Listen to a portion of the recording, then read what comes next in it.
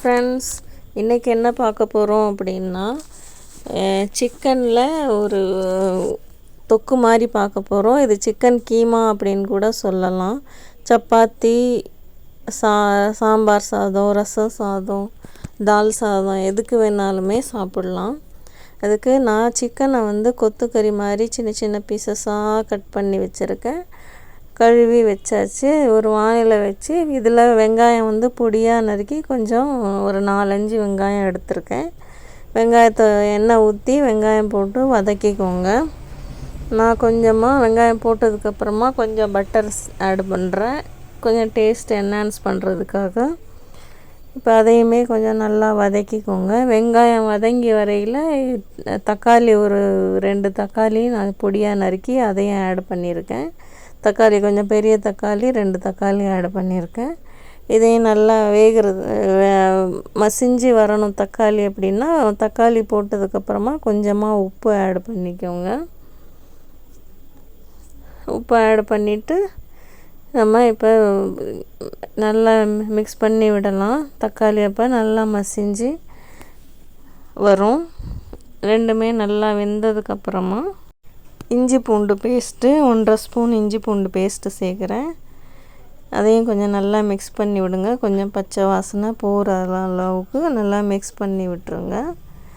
இது பச்சை வாசனை போனதுக்கப்புறமா நான் கொஞ்சமாக தயிர் ஆட் பண்ணுறேன். தயிரையும் நல்லா மசிச்சு விட்டு நல்லா மிக்ஸ் பண்ணி விடுங்க.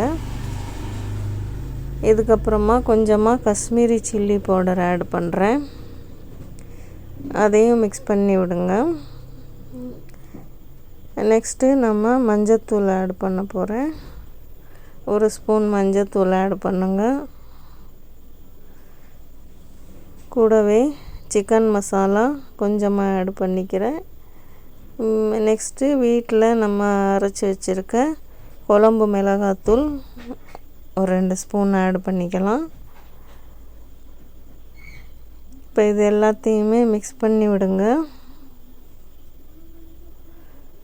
அடுத்தது நான் வீட்டில் சோம்பு, சீரகம், மிளகு தூள் ஒன்றா அரைச்சி வச்சுருப்பேன். அதுவும் கரம் மசாலாவும் ஆட் பண்ணிக்கிறேன். கரம் மசாலாவும் வீட்டில் அரைச்சது தான். எல்லாத்தையும் நல்லா மிக்ஸ் பண்ணி விட்டுட்டு, நம்ம ஏற்கனவே உப்பு சேர்த்துருக்கோம், அதனால் உப்பு கொஞ்சம் கம்மியாக சேர்த்துக்கோங்க. சேர்த்து மிக்ஸ் பண்ணிவிட்டு நம்ம கொத்துக்கறி மாதிரி வெட்டி வச்சுருக்க சிக்கனை இதில் ஆட் பண்ணிவிட்டு நல்லா மிக்ஸ் பண்ணி விட்டு தட்டு போட்டு மூடி நம்ம வச்சிடணும். ஸ்டவ்வை கொஞ்சம் மீடியம் டு சிம் ஃப்ளேம்லேயே வச்சுக்கோங்க, இல்லைன்னா அடி பிடிச்சிரும். ஏன்னா நம்ம இதில் தண்ணி ஊற்ற போகிறது கிடையாது.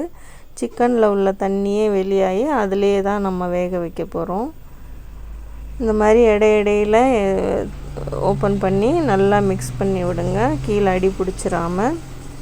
ஆனால் சிம்லேயே வச்சுக்கோங்க.